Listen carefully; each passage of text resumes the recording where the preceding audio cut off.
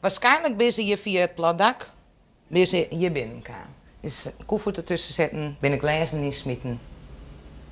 Nou, toen hebben ze alles mij wat er niet maar zijn wat hun voor de voeten stieren.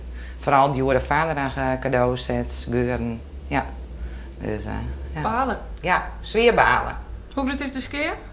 We zitten nu op alle €100. Ja.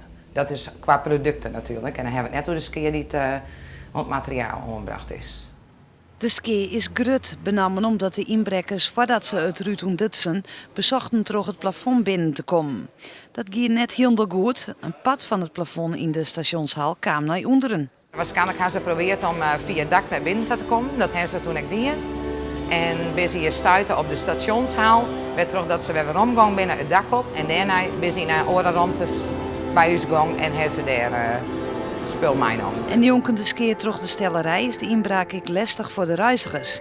Een pad van de stationshal is dicht. Van Dijk hopen dat alles zo gauw als mogelijk hersteld is. We hopen dat Joert zijn eigen skeer hersteld is. En sowieso is natuurlijk de skeerboet normaal hier voor een beetje weer hersteld. En het plafond hier in gang, ja, daar gaan we niks goed te zeggen. Dus, nee. Maar ik ging ervan uit dat er is dat heel snel hersteld. Ja.